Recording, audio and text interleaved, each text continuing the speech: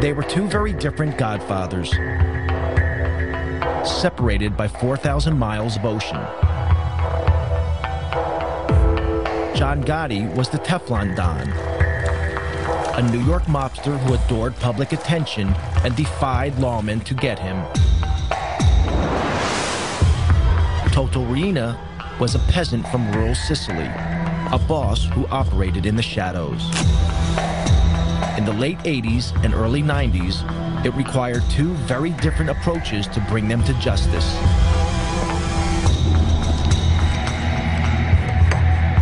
In the United States, crime fighters were tireless in their pursuit of Gotti.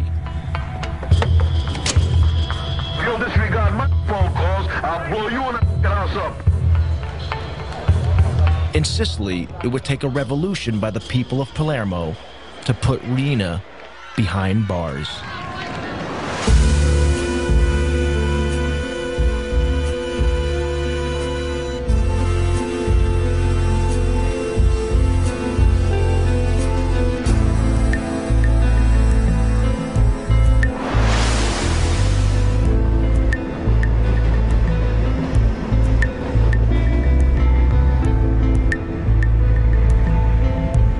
John Gotti was a violent and reckless hoodlum from his earliest days.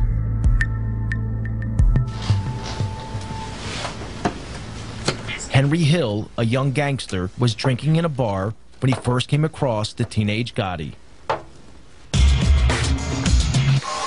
of a sudden, John comes in, that puts up work anyway, goes over to the card table and starts whacking the guy with a bat or something, maybe with a bat or a pipe or something. Just beating this guy to hit to death. He almost killed the guy. And he might have killed the guy, I don't know. The guy might have died, you know, they might have thrown him in the trunk that night, I don't know. Gotti had broken an unwritten rule of the mob. Violence should only be used when there are no witnesses. He walks over, apologizes to me. Complete all over the place. That was the first time I had ever seen him. You know, he had a long black, top coat, leather top coat, you know. I mean, he just looked like a part of a, you know, of a big gangster. It was clear Gotti feared no one.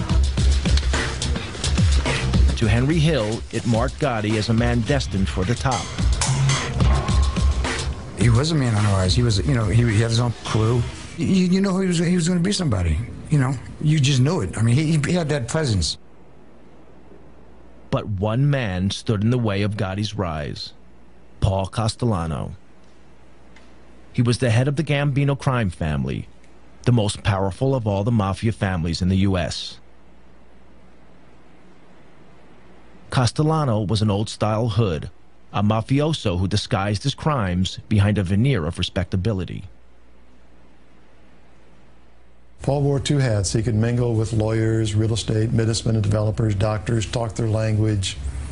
Then he wore his Gambino family hat, and he could sit there and discuss why this guy's got to get killed and say, okay, he's got to go.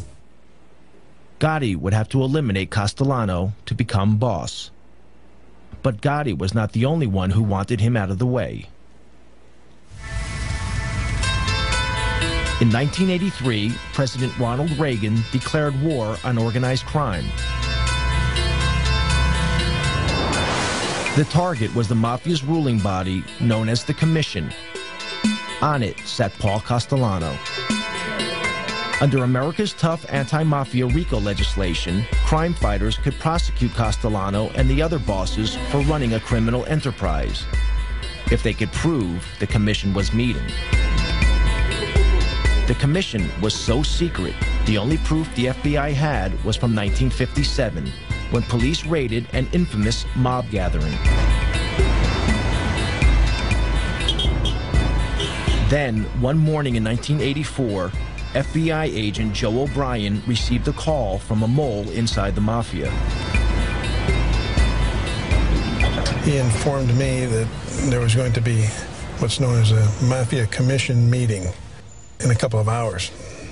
I didn't believe him, to be honest with you, because this was pretty much unheard of. These guys cannot afford to meet. That could be very incriminating to them. If the FBI could get a photograph of this meeting, it would help destroy the commission.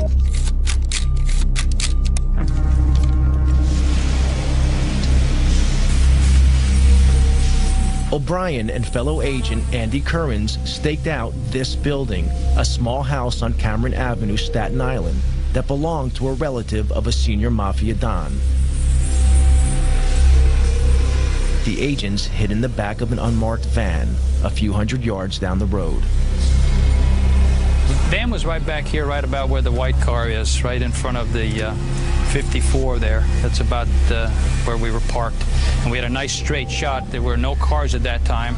We had a straight shot down the street to 34 Camera. So we sat there for 3 hours till about 4:30.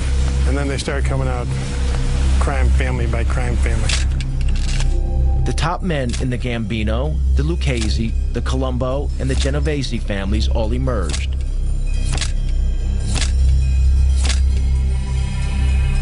Then finally our long-awaited guest of honor, if you will, Paul Castellano, came out. Castellano was the boss of bosses. It was like the king strutting out. You could almost envision a carpeted area. It was a real show of how the mob operates and mob protocol. It was very exciting. I don't know how Andy managed to keep the camera as still as he did. He used this shoulder right here as a tripod, and I just didn't breathe for the longest period of time. Castellano wasn't in any big rush. Took a couple of puffs on the cigar and got in the car and drove off. The photographs were dynamite.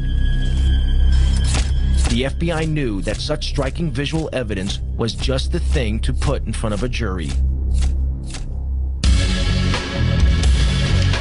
In February 1985, the FBI seized all 5 members of the commission. Agents O'Brien and Currens arrested Castellano and drove him to FBI headquarters in Manhattan. Federal authorities at New York City and state law enforcement officials today announced one of the most important indictments of mafia bosses in this nation's history. In the car on the way to FBI headquarters, Castellano heard a radio news bulletin about the arrests. Charges of racketeering and extortion. The charges carry prison sentences of up to 20 years. From New York, NPR's Mike Schuster. It was the beginning of the end of Castellano's reign. Made their move late last night. Among those now facing federal racketeering and extortion charges are Paul Castellano, head of the Gambino family. The key to the investigation was an electronic bug. He turned to Joe, I remember, and he said, "Is that true? Is that true? You listened to my private conversations." Prosecutors say the recordings are of superb quality. You could almost hear him like groan.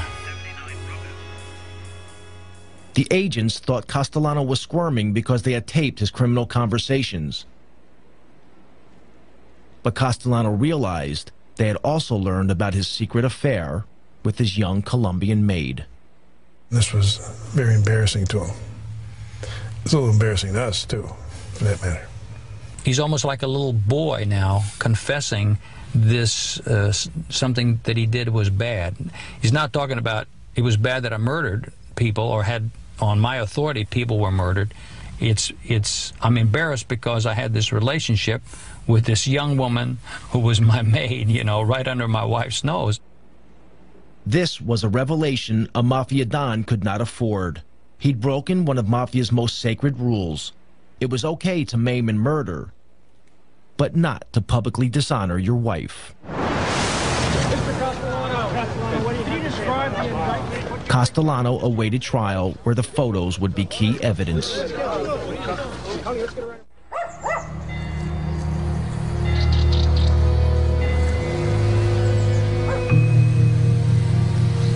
If the New York mob wanted to know what a mafia war was like, they needed look no further than Sicily.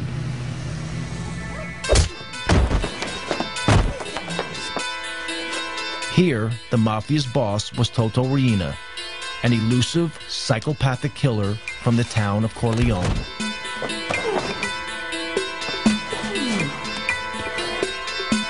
Corleone was a mafia stronghold set high in the mountains of central Sicily.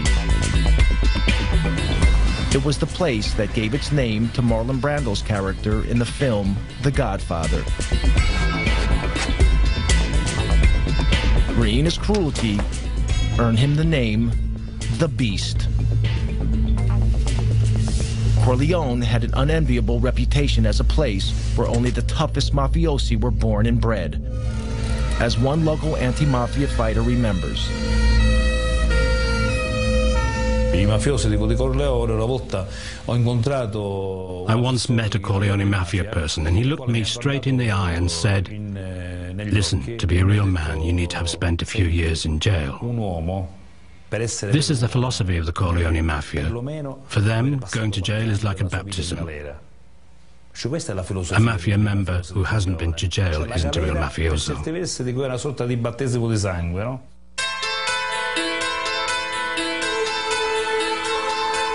Riina's crime family had seized control of the mafia in a vicious war. In Palermo, in the early 80s, the streets were soaked with the blood of Riina's victims. During one 6-month period, a body was found in the city every 3 days.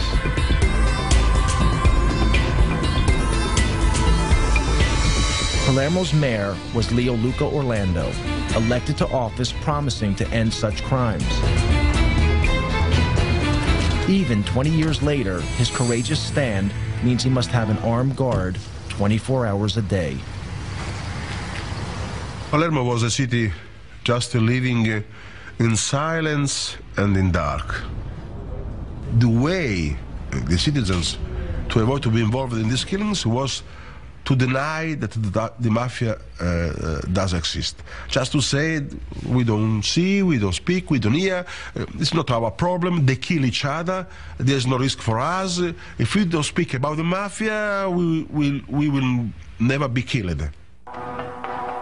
The man leading the hunt for Riina was an investigating magistrate named Judge Giovanni Falcone.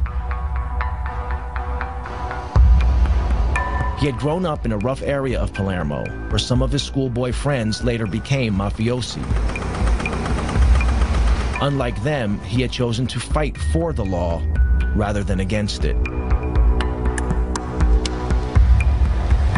From his headquarters in Palermo's Palace of Justice, Falcone had been battling the mafia for over a decade.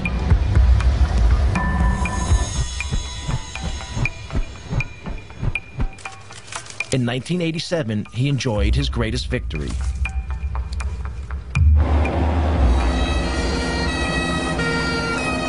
In the Maxi trial, over 300 mafiosi have been sent to prison, their sentences totaling almost 3,000 years. It was the most stunning blow the Sicilian mafia had ever received.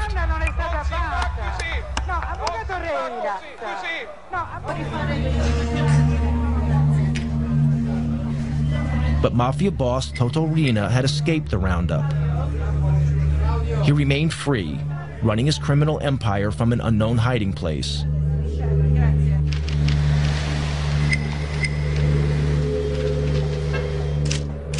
Falcone faced another danger, this one closer to home. He had few friends at the Palace of Justice. The people of Palermo stood on the sidelines, waiting to see who would come out on top, Falcone or the Mafia. Falcone rented a vacation apartment on the beach, half an hour's drive from Palermo. When he went there, it seemed that most of Palermo knew about it. When Falcone was on the move, it was like a wedding party. There were lots of cars, even a helicopter in the sky above. So everyone knew that Falcone was at the beach house. Yet the ring of steel that protected Falcone made little difference to Riina. One afternoon in June 1989, Falcone relaxed by the beach. An inquisitive security guard noticed the sports bag by the house, seemingly forgotten in the rocks by the water's edge. When he peered inside the bag, he noticed electric wires connected to 58 sticks of plastic explosives.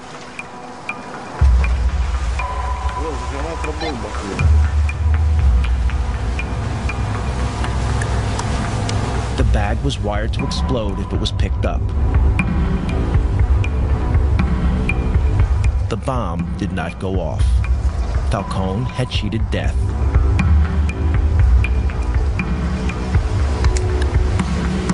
Soon after the assassination attempt, Falcone spoke to one of his closest friends in the fight against the Mafia. He made a chilling prediction. Come lui diceva poi, when we were talking afterwards, he told me, my life's mapped out. It's my destiny to be killed by the Mafia someday. Non posso che morire così. Non posso che essere ucciso. The only thing I don't know is when. Che non so. With Reen at large, Falcone was running out of time.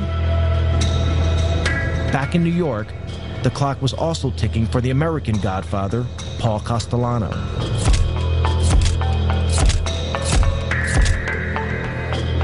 Castellano waited for his trial on racketeering charges. He rarely ventured from his home, this luxurious mansion in the most exclusive area of Staten Island. Enemies and friends alike called it the White House, and Castellano lived like a president. That meant he lost touch with feelings on the street, discontent that would be exploited by his rival, John Gotti. There's a lot of discontent with Castellano where they thought he was too involved in his legal trials. He wasn't running the family. It had become a family of the haves and have-nots. Castellano was making all the money. Guys like Gotti were out there starving. So there was a lot of dissension in the family. We knew there was meetings going on and there was a lot of discontent. In fact, Gotti posed as a have-not to win support for his bid to become boss. In reality, Gotti was making a fortune dealing heroin, making him a hero to his supporters.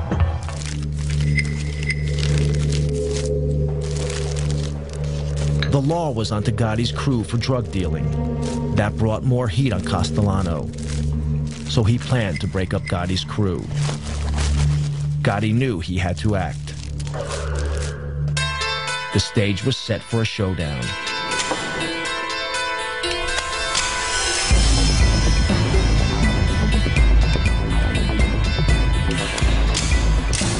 On December 16, 1985, Castellano headed into Manhattan for a meeting with Gotti.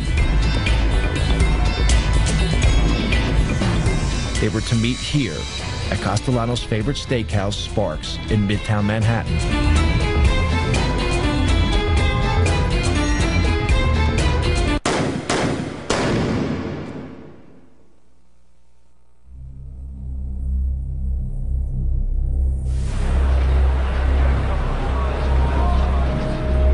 Outside the restaurant, Castellano and his driver were shot dead.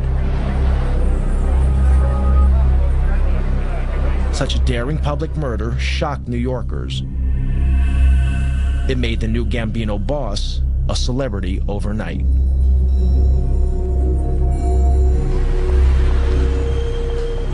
At the time, Gotti was facing a trial on a charge of racketeering.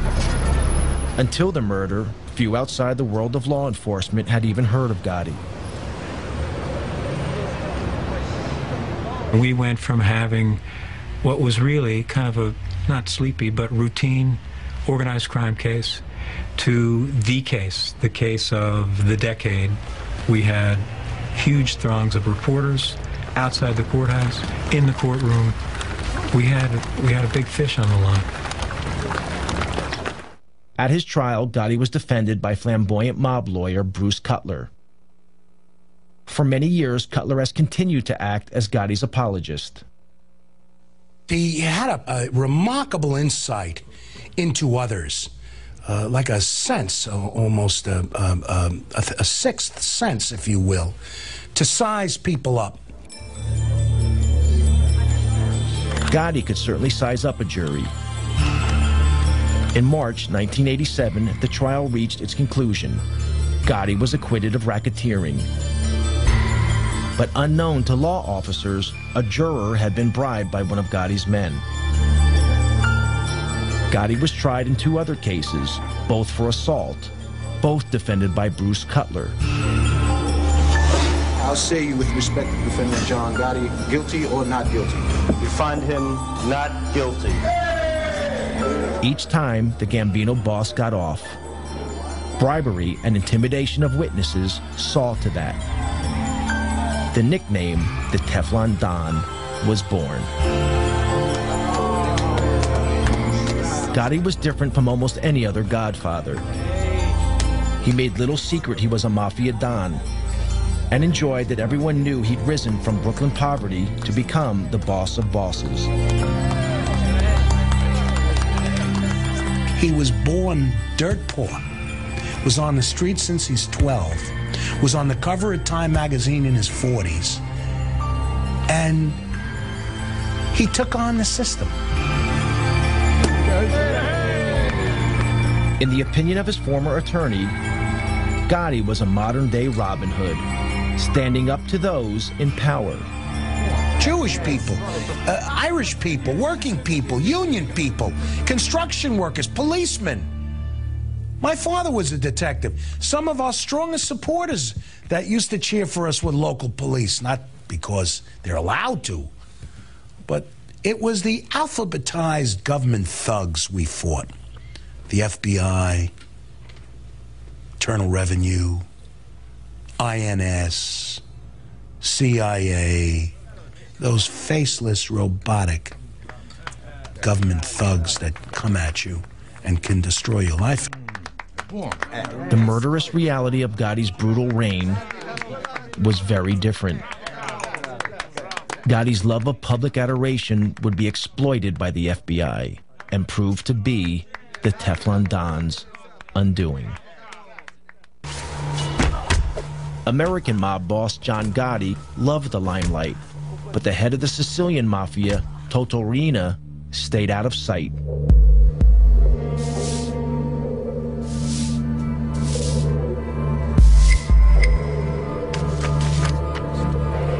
Prosecutor Giovanni Falcone was determined to hunt him down.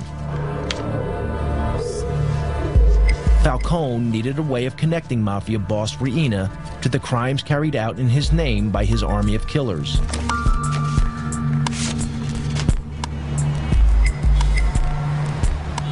The answer was in America.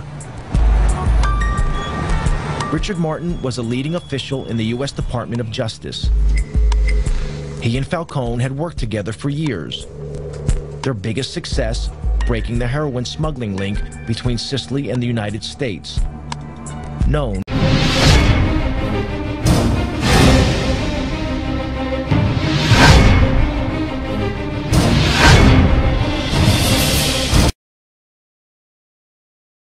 as the Pizza Connection. Falcone relished his trips to the U.S. The life that he led in Sicily was almost the life of a prisoner. He went from a bulletproof car to a protected office. Instead, when he came to New York, he could go shopping, he could go to restaurants, he could come to our offices, we could go to our homes and meet our families together. And so for him, New York was like freedom. Falcone's visits to New York were for more than pleasure. He had been impressed by America's tough anti-mafia laws.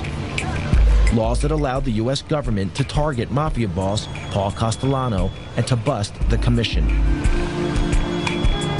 I think it also liberated his thinking and allowed him to sort of see beyond his own sort of realm coming here. So I think he not only enjoyed it, but I think it was very good for his vision of the way that he was going to attack the mafia and the way in which he would work with Italian law enforcement.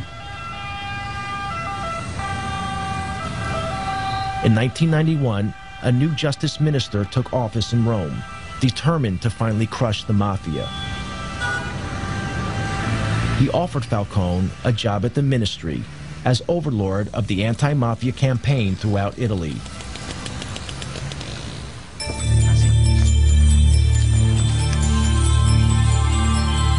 Falcone jumped at the chance of leaving Palermo and putting into practice the lessons he had learned in the United States. His ideas were revolutionary. An Italian equivalent of the FBI was to be formed. Across Italy, the fight against organized crime would be centralized under Falcone's control.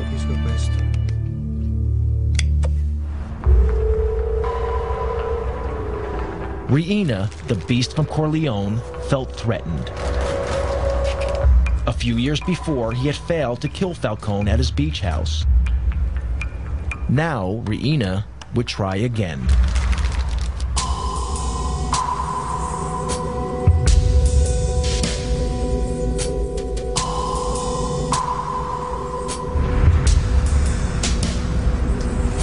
On May 23, 1992, Falcone and his wife Francesca returned to Palermo for the weekend.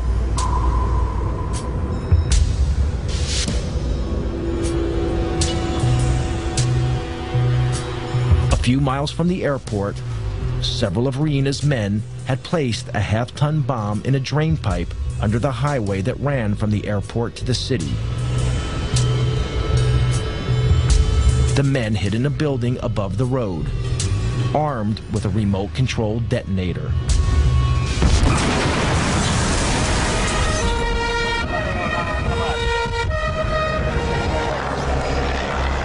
A massive explosion ripped open the highway.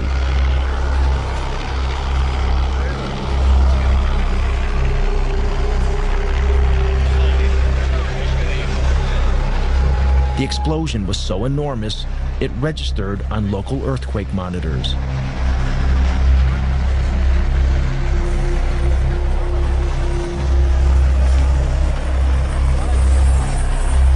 Giovanni's sister, Maria Falcone, was at home when she heard the news of the explosion.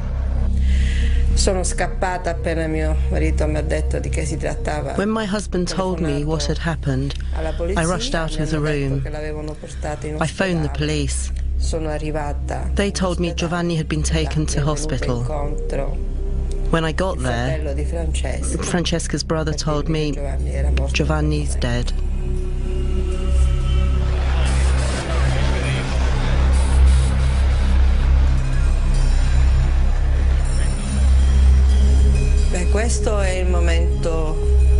This was the saddest moment ever.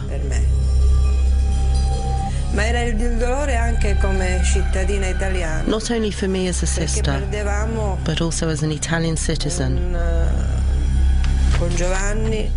Because we felt that in losing Giovanni, our greatest chance of beating the mafia had gone. Falcone was not only a colleague, I was proud to think of him as a colleague, but a friend.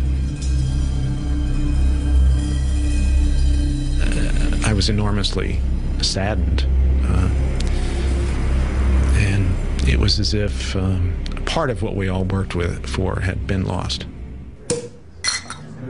Riina reputedly threw a party, toasting Falcone's demise with champagne.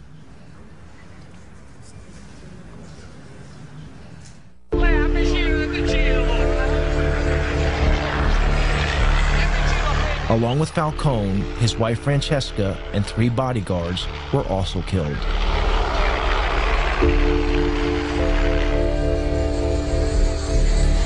Thousands gathered at the church of San Domenico in Palermo for the funeral, waiting patiently for hours in the rain. The funeral was broadcast live on national TV. Across Italy, all regular television programs were suspended. Parliament declared a day of mourning.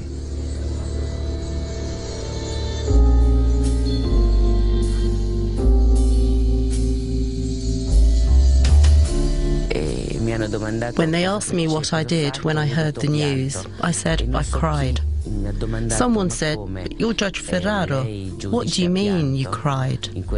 I replied, "Yes, I cried, and I'm not in the slightest bit ashamed of it." Italy was shocked and angered. It didn't deter Toto Riina.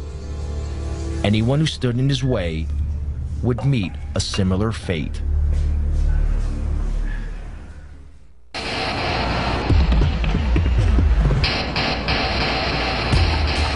In New York, the net was closing in on American Godfather John Gotti.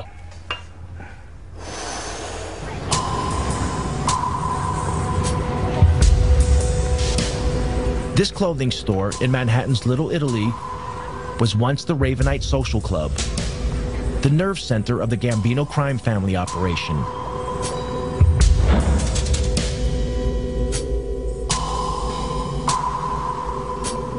Gotti insisted that his crime family visit the Ravenite to pay public homage to him. The FBI had placed a surveillance team on a block near the Ravenite. This is some of the actual footage shot by the FBI. Gotti reveled in his public persona as Mafia Godfather. He made no attempt to hide the fact that he was meeting with his criminal gang. The rest of the family was required to come down there as a command performance to meet with John, discuss business, kiss his rear end, give him money, what have you. So during the course of the week, you might have all 20 caps in the family down there on different nights, plus 80 to 90 to 100 soldiers, all standing out there in broad daylight. And for us, it was a gold mine, just seeing, identifying the entire Gambino family during the course of the week, all in one place. Pictures, though, were not enough. To get a conviction, the FBI also needed to hear Gotti talking about his crimes. They had bugged the Ravenite, but the mics had so far failed to pick up much. Then they had a break. An informant told them Gotti always held his most important meetings in an apartment upstairs, owned by the elderly widow of a Gambino member.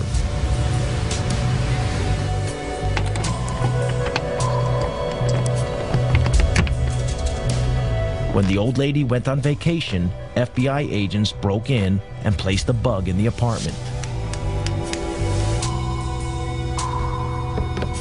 But a few days later, we heard the back door of the social club open up, and we heard him walking up the stairs, and sure enough, we hear the door, apartment number 10, open. And they all sit down, and they start talking. And after a few minutes, it became obvious that they weren't concerned about microphones because they had a radio on, but they turned it down because it was too noisy. They all talked loud because we found out later John Gotti's deaf in one ear. So the tapes are all loud and clear and tremendous quality. You tell this punk, I meet John Gotti, and I will sever your mother head off. The secret recordings revealed the true face of a Mafia Godfather, very different from the one Gotti showed his adoring public. John, listen, I called you the house 5 times yesterday. Now, if you'll disregard my phone calls, I'll blow you and the house up. When John's upset, he starts talking loud and clear, and he forgets about things he should not talk about, like past murders. Gotti was arrested. In January 1992, he was sent to trial, facing charges of multiple murder and racketeering. It would be his 4th trial in 6 years.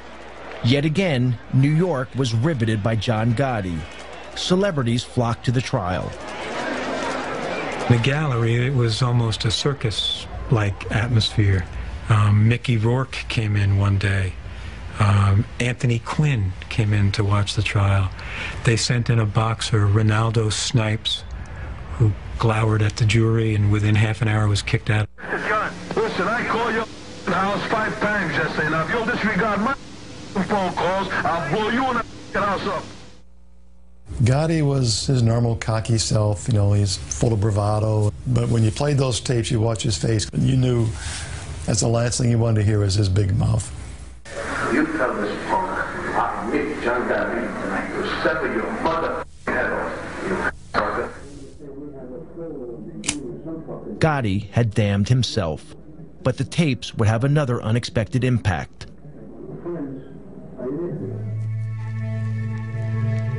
Also arrested with Gotti was his loyal right-hand man, Sammy the Bull Gravano. Dominic Montiglio went to school with Gravano. Later, both men would become mobsters with the Gambino crime family. Sammy was always a tough kid. He and I went to school together from when we were like in kindergarten. I mean, he killed his brother-in-law. You know, Louis, which was like his childhood friend. I mean, you know, Louis Melito. They grew up together and hung out together. They stole together. They did all of that. He killed Louis. You couldn't trust Sammy. Gravano had become disillusioned with Gotti. To Gravano, a real godfather shouldn't be courting publicity. He should be operating in the shadows, like Paul Castellano had done. But Gotti had no respect for anyone, including his underboss, something that the FBI exploited. At a pretrial hearing, Agent Bruce Mao played Gotti and Gravano a tape. On it, Gotti was extremely critical of his underboss. You too. So Jaime and Sandy, you might not go to people involved with that. So when we were in time, he's going to jail. And so you got Gravano and Gotti sitting side by side at the defense table, and we start playing that tape. And Sammy turns red. He's starting to explode. He's just ready to burst. John Gotti, for the first time, is embarrassed. He's turning white. He just wants to duck under the table. He's so embarrassed because he knows he got caught bad mouthing his consigliere, his underboss, his right-hand man. Gravano would be the final nail in Gotti's coffin. Bruce calls me one day at my desk. He says to me, "You sitting down?"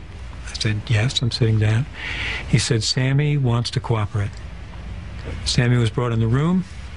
He walked over, shook my hand, and said, "I want to go from our government to your government." Never before had so senior a figure betrayed the American mob. Gravano's testimony landed the killer blow in court. He revealed how he and Gotti had planned the murder of their one-time boss, Paul Castellano, then watched from a car as Castellano was gunned down.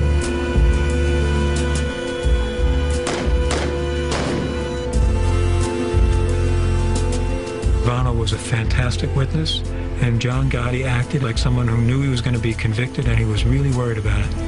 He was ornery, snapping at me, snapping at his lawyers. It was, I enjoyed watching it. In April 1992, Gotti was found guilty on 13 charges, including murder and racketeering. The judge sent the Godfather to one of the toughest jails in the U.S., Marion Federal Penitentiary in Marion, Illinois. The sentence was steep, life without the possibility of parole. Despite the evidence of the tapes and Gravano's testimony, Gotti's attorney in his first 3 trials still protest Gotti's innocence. If you're asking me, do I agree with the label that he was boss of some Gambino group, I say no. To you, I've said no all my life. He said no. I don't say he was an altar boy or a saint. He was one tough cookie. But he said he was not part of any mob.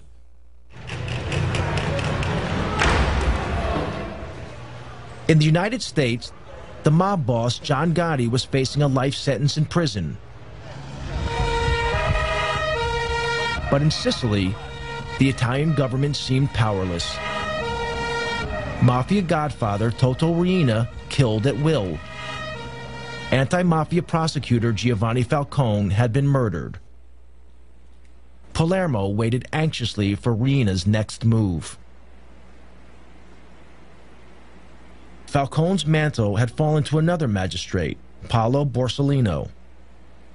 Borsellino and Falcone had grown up together and had devoted their adult lives to fighting organized crime.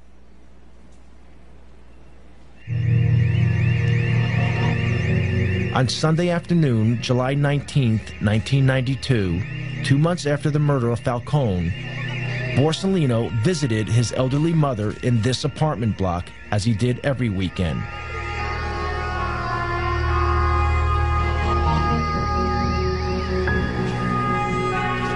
A massive car bomb exploded, killing Borsellino and 5 of his bodyguards.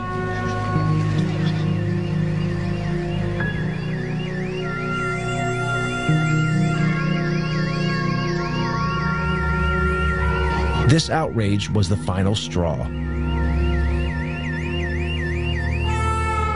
It caused a revolution against the mafia, led by the people of Palermo.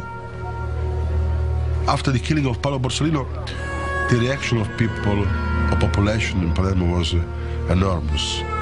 The women, the children, the people reacted, just crying, "Basta, no more, enough is enough." Enough was enough. Thousands poured onto the streets of Palermo in a wave of anger unprecedented in Sicilian history. Everyone sensed the mafia's next target was Mayor Leoluco Orlando, elected to office pledging to rid Palermo of the mafia. When he appeared in public, women and children threw a protective cordon around him, daring the mafia to kill them to get to the mayor. They sent a clear message. The message was that I was not alone. The message was that the mafia can kill a man. The mafia can kill 10 men, but the mafia cannot kill thousands and thousands of women and children. It was the beginning of the end. People power had beaten down the mafia. The government flooded Sicily with thousands of troops, determined to crack down hard on the mafia.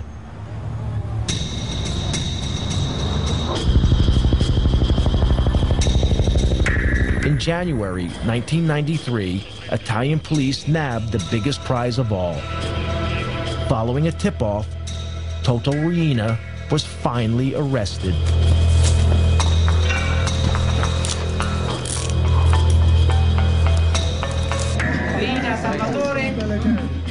Salvatore Riina was captured in Palermo by the Carabinieri this morning. Toto Riina is ours. Astonishingly, Riina had been living in the middle of Palermo, undetected by the police for over 20 years.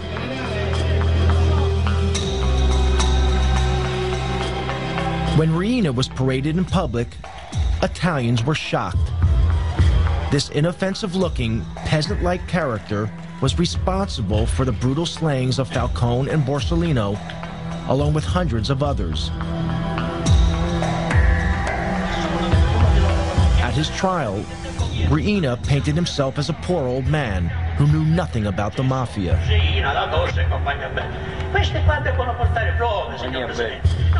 This flimsy defense was rejected.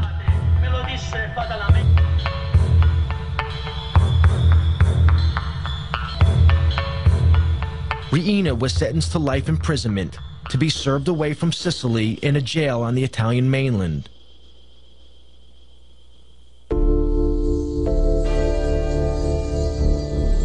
On both sides of the Atlantic, the day of the Godfather seemed over.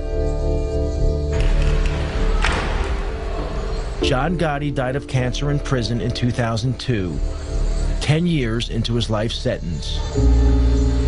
With Gotti's death, an era ended. By publicly flaunting the fact that he was boss of bosses, he ensured that law enforcement agencies would leave no stone unturned to finally smash the mob. The future is pretty grim for the mob if the FBI and other federal agencies keeps the pressure on to go after these guys. The biggest mistake we could make is declare that the war and the mob is over with, we've won, and go off to do other things. These people are very resilient. 5 years they could regroup, reorganize. They'll never be as effective as what they were 30 years ago, but they'll still be a viable criminal force. In the U.S., the mob is moving with the times. They're involved in internet fraud, sex phone lines, and stock exchange scams. but they are no longer the power they once were. And the FBI is determined to not let Russian, Chinese, or other immigrant criminals dominate their neighborhoods in the way Italian gangsters once controlled theirs.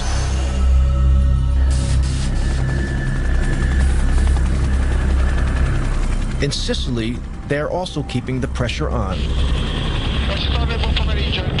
Yet in these hills, even with Riina in prison, the Mafia is still here. Invisible, but deadly. Today, there are new leaders. They are also from the Mafia stronghold of Corleone. They have turned their backs on the self-defeating tactics of Toto Riina. No longer do they assassinate public officials. Like the leaders of old, they prefer to pull the strings from the shadows. Forse vivemmo tutti quanti una vera grande illusione. I think we were all a bit deluded. Maybe we were just kidding ourselves that we could destroy the Mafia with just 4 moves on a chessboard. In the US, the mob is finally in retreat. But in Sicily, it is rising from the ashes, adapting itself to the times, changing tactics to ensure that its power remains as unshakable today as it ever was.